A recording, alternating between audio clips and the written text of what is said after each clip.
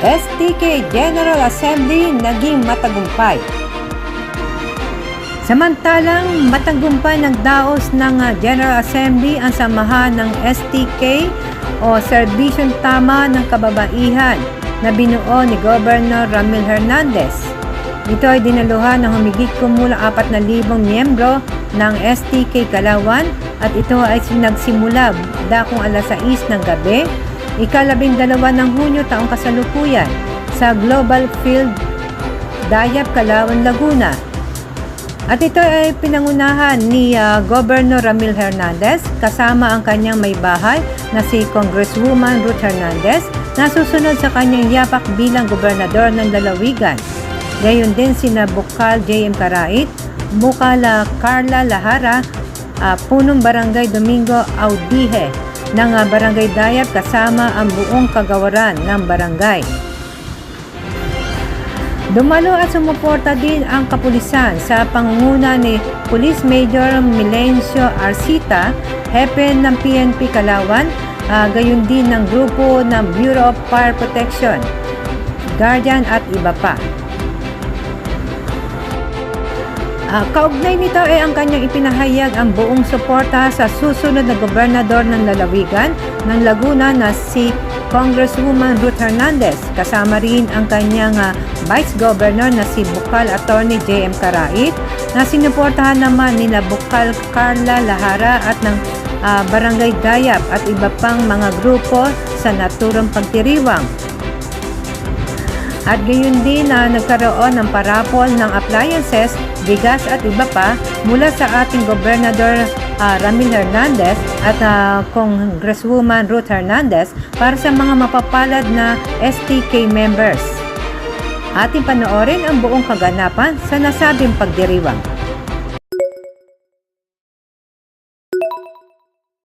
Sulok pumunta ng Kalawan, nakaabang ang mga STK, talagang nag-aantay. Sabi ko noon, palagay ko, kahit tiga 3rd district yung kalabang ko, palagay ko mananalo ko sa Kalawan.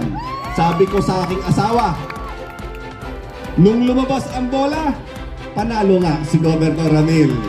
Diba?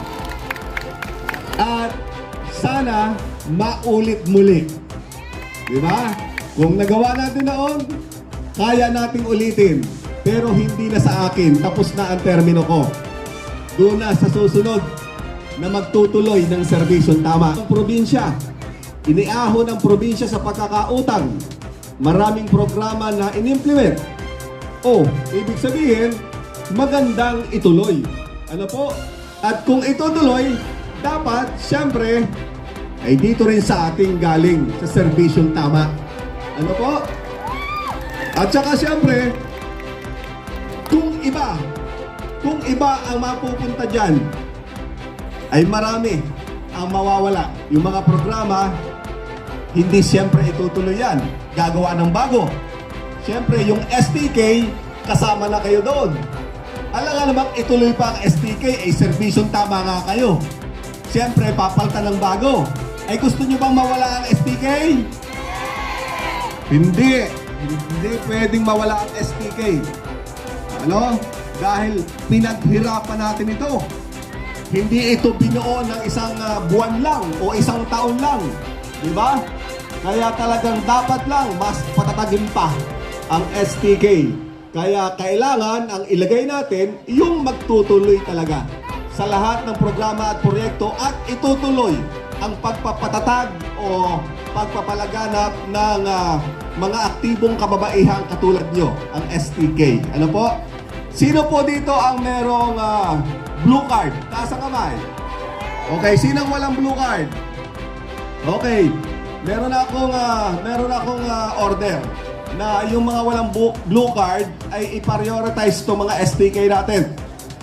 I-open natin ito sa public, pero since kayo ay organized, may mga record naman tayo, magkakaroon tayo ng expansion ng blue card at bibigyan po kayo. Ano po? Makipag-coordinate lang ang bawat mga pinuno po ninyo. So mga next month, umpisahan natin yan. So ano ba ang benepisyo niyan? Libre kayo sa mga provincial hospitals, mga anganak, kung ano mang klase ng procedure. At pag namatay kayo, may 10,000 na matatanggap. Di ba? Pero wag naman kayo magmadali na kunin ang 10,000. Okay? Tapos, sabi ko kanina, dahil maayos ang ating pamamahala, nagawa nating makaahon sa malaking pagkakautang. Ang dinatnan kong utang sa Kapitolyo, 2 billion pesos. 2 billion. Pero dahil maayos ang ating pamamahala sa probinsya, pag-graduate ko, tapos ko ng termino, tapos din ang ating utang. Wala na tayong intindihin. Ang ating inuhulog dyan, more or less, 200 million taon-taon. Yun ang inihuhulog sa utang. So dahil siya ay patapos na, yung 200 million magiging savings na. Di ba? Meron na tayong extrang savings. At yung savings na yon, doon natin ilalagay sa blue card. Lalagyan natin ng pondo ang blue card para magamit nyo pangbili ng gamot. Okay?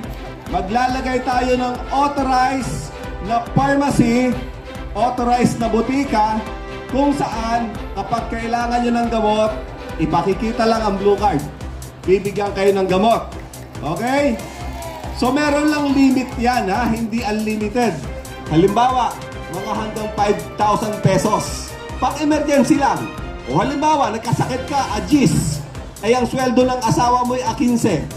Kaya lang 5 araw ka na hindi bumili ng gamot. At least yung emergency, meron kang blue card, mabibigyan ka kaagad ng gamot. Diba? Tsaka kawawa yung nahuhuli kapag hindi nilagyan ng limit. Pero yearly, i-refill kapag ka naubos. Ano? Yon ang serbisyong tama. Kapag gumagawa ng programa, pinag-aaralan at siguradong may pagkukunan. Okay? Hindi basta pangako lang. At syempre, sabi ko nga, sa susunod na taon yan, dahil ang tapos ng ating utang ay kasabay ng tapos ng termino ni Governor Ramil. Kasi ibinudget na yan, pinaghanda na yan. Pero huwag kayong mag-alala, matutuloy yan, yung programang yan. Dahil ang ilalagay naman natin, Governor, na susunod, importante na tayo ay manindigan na talagang dapat ituloy ang serbisyong tama dahil ang daming magagandang programa at proyekto na talagang dapat lang ay ituloy-tuloy po natin. Ano po? So maraming salamat at ako'y inihatid ninyo. Ay, through you, magtulungan po tayo maibaba ang programa ng serbisyong tama para sa kapakinabangan ng ating mamamayan, hindi lamang po sa bayan ng Calauan, kundi po sa buong lalawigan ng Laguna. At sweetheart, before I end my speech, my message, hayaan niyo po muna, ay, nakalimutan ko lang, sorry. Mga sweetheart, dagdag pala, ito programa ko pong sarili. Kung may na-admit na confine, kahit po private hospital within Calabarzon, at tumatanggap ang hospital ng guarantee letter from DOH, I can issue a guarantee letter. Okay, sweetheart? Yan pala. You can also disseminate this information. May na-admit na confine, sweetheart, kahit private hospital, tatanggap ng GL o guarantee letter from DOH, pwede ako mag-issue ng guarantee letter. Ayan si sweetheart, may tumataas ng kamay. Di mag-usap tayo mamaya. O nakakuha na ho ba kayo? Hindi pa. Mamaya mag-uusap tayo, sweetheart. Ayan, buti na alala ko. At sweetheart, kahit po outpatient, mataas ang cost of procedure like CT scan, MRI o laboratory, tanungin nyo lang ang facility hospital kung tatanggap ng GL o guarantee letter from DOH. Again, pwede ako mag-issue ng guarantee letter. Okay? At kasi merong mga mahalin like CT scan, MRI, laboratory, PET scan, yan po, tanongin nila kung tatanggap ng GL, pwede ako mag-issue ng guarantee letter. And sweetheart, may pondo rin tayo sa PGH, Heart Center, Lung Center, NKTI, Philippine Children's Hospital, National Children's Hospital, East Avenue Hospital, at Jose Reyes Memorial Hospital, Philippine Orthopedic Hospital, may pondo rin tayo dyan. At mga kapwa ko kababaihan, kung kailangan nyo ng mammogram at breast ultrasound, meron na tayong Laguna Women's Health and Wellness Center. Libre po yan. Basta may doctor's request kayo, i-schedule ko po kayo. Tandaan natin, early detection, may laban tayo against breast cancer. Okay, sweetheart? And before I finish my message, gusto ko lang po magpasalamat, of course, unang-una, kay Mayor Osel Karatihan. Palakpakan natin ang ating masipag ginagalang na mayor ng bayan ng Calauan. Of course, gusto ko ring batiin, kapiling natin ang ating ginagalang na kapitan ng Barangay Daya, Kagalang-galang Domingo Audihe. Kap, thank you for your support. Thank you for your help.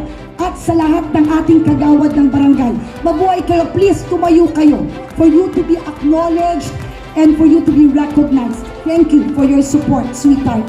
And of course, sa mga kasamahan natin na bukal, uunahin ko na po ang magandang bukal nyo sa 3 distrito. Magaling nating bukal, makakasama ko sa pagpapatuloy ng serbisyong tama. Bukal, Carla Adahar Lahara. And of course, ang aking makakatuwang, alam niyo naman kapartner ko si Gov. Pero syempre kailangan may kapartner din po ako, na magtataguyod ng serbisyong tama sa pamalang panalawigan ng Laguna. Subok na sa paglilingkuran, mahaba na ang eksperyensya sa public service, subok na, magaling, mabait, mahusay na lingkod bayan ang ating magiging Vice Governor, Attorney J.M. Karai. And of course, ang poging-poging katuwang ko sa buhay at paglilingkuran, ang ama ng lalawigan ng Laguna nagsimula ng serbisyong tama, Governor Ramil Hernandez.